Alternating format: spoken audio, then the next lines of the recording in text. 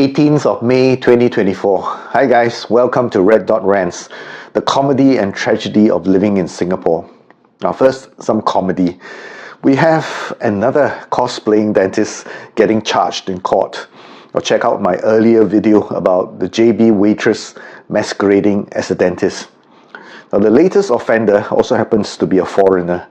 After learning how to fix dental veneers from her former employer, Ding Zhiyan started her own salon at Far East Plaza and provided these services between 2022 and 2023. In one instance, she fixed the customer's veneer in her home after the veneer dislodged a day after she installed it. A dental veneer, if you don't know, is a thin layer of ceramic placed over the outer surface of a tooth. Now, the 37-year-old Chinese national pleaded guilty to 2 counts of practicing dentistry despite not being a registered dentist. She was fined 5,000 Singapore dollars. Now, in mitigation, Ding asked for a lower fine as her mother has cancer and she needed money for medical expenses. The judge acknowledged that no actual harm was caused to Ding's customers, thankfully, although they needed some touch-up. For practicing dentistry without a practicing certificate and not being a registered dentist, Ding could have been fined up to $25,000. Now go check out the comments on this post on Facebook. Surprise, surprise, Ding has her supporters who even dare voice their approval of her criminal activity in public. Who knows how many support her secretly and would continue to patronize the rest of this iceberg of kitchen dentistry. Mr. Lawrence Wong was sworn in as our 4th Prime Minister on Wednesday, 15th of May. PM Wong promised us a different leadership style. But check out Lim Tian's interesting observation.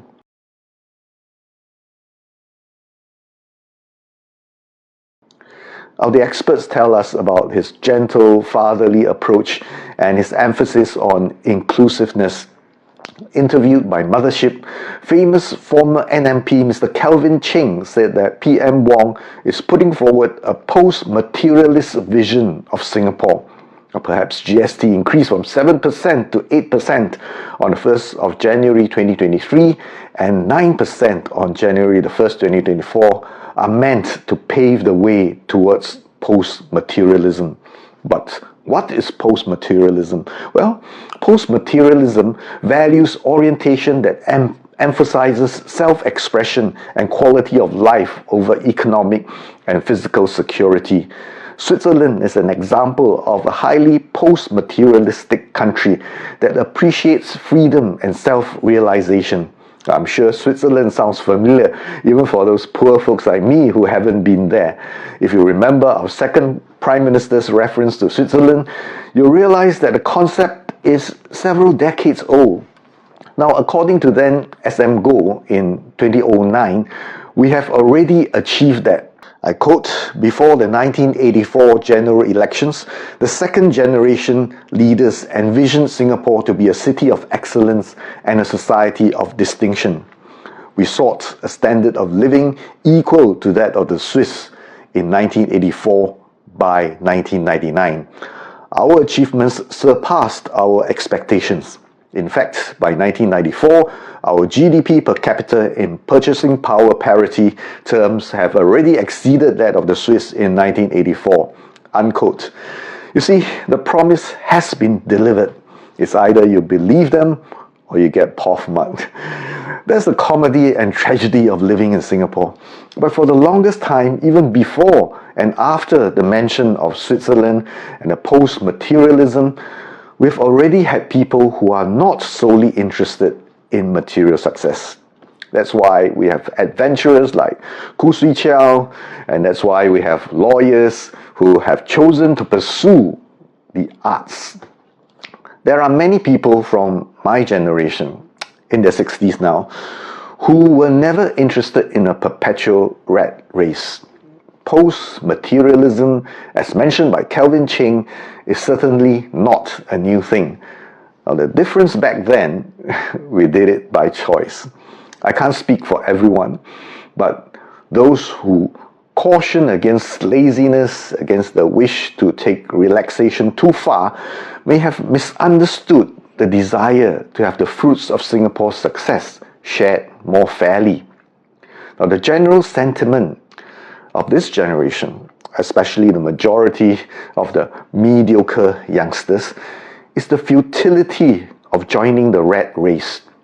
It's not by choice that they cop out or think of migration, becoming quitters, as one former PM once put it.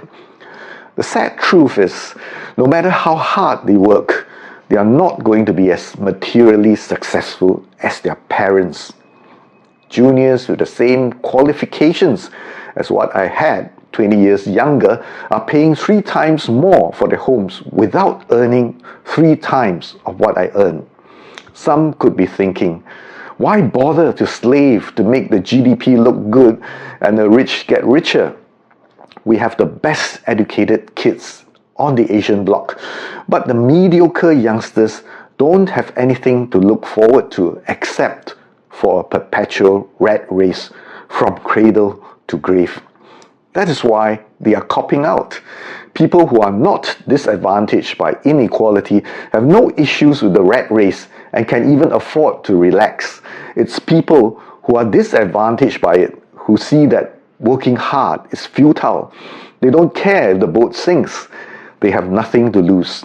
I'm sure Mr. Calvin Cheng knows that in China it's called 躺平.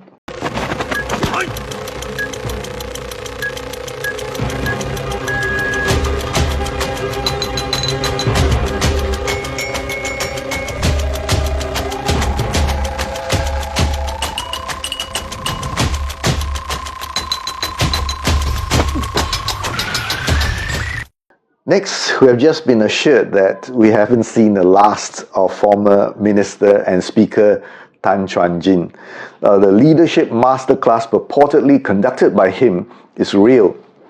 Details about the course were initially circulated online from May the 10th by the Singapore Manufacturing Federation Centre for Corporate Learning Facebook page.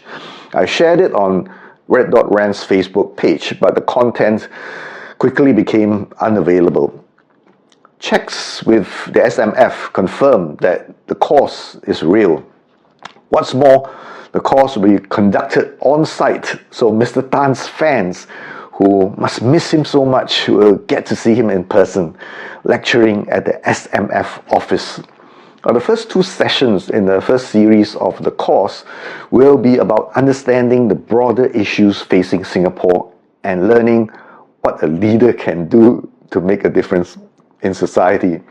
Now, the other second and third series will cover topics such as leadership philosophy as well as strategic communications. Recalcitrant in our willingness to support our poor. Mr. Vikram Nair.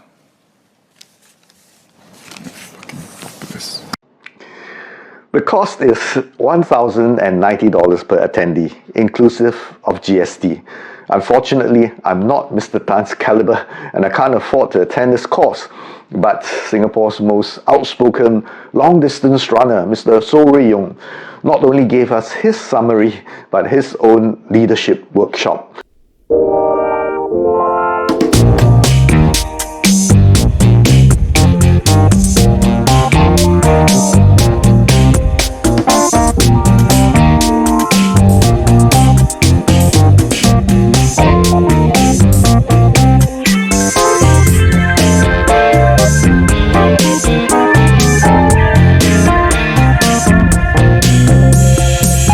Drawing from his 20-year journey in elite sports and corporate settings.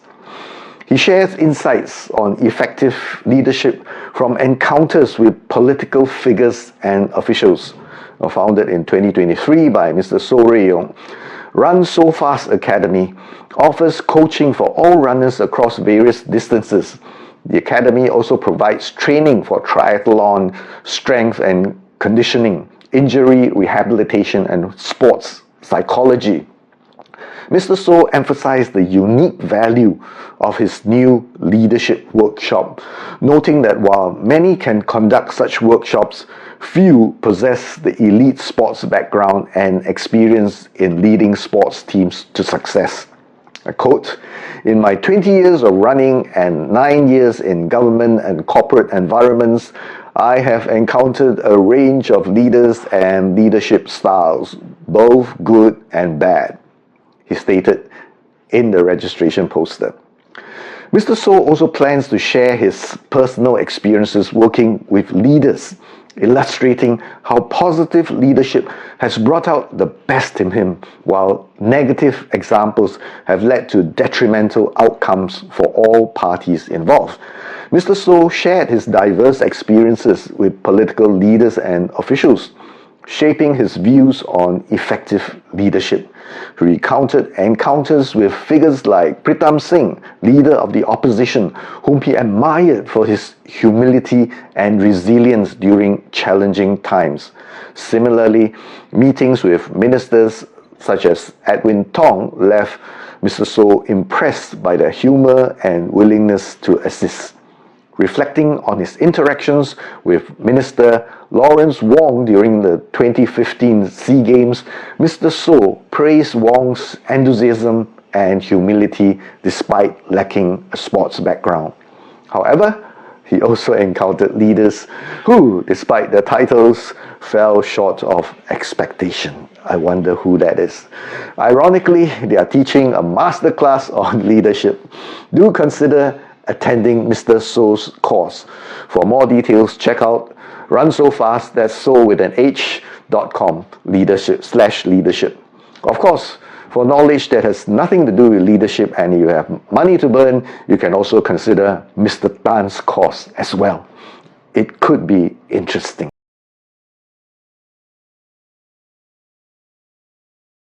Finally, a funny video. Me how to take girlfriend Singapore. Why cannot? This is very easy job. Okay, if you want to take girlfriend here, have two way. First way is directly.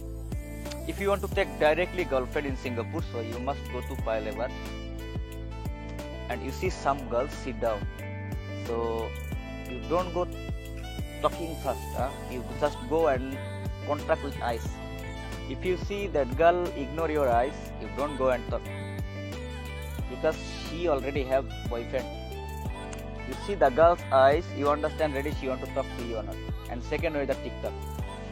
First 3 days, you continue comment anyone girl TikTok. Wow, nice, cute, you are beautiful. After 3 days, you inbox her. And I am also single, bro. I also always want to find girlfriend, also cannot. So okay, you Sunday join me lah. I'll see you at Paya Lebar on Sunday. Don't forget to like, share and subscribe to my channel.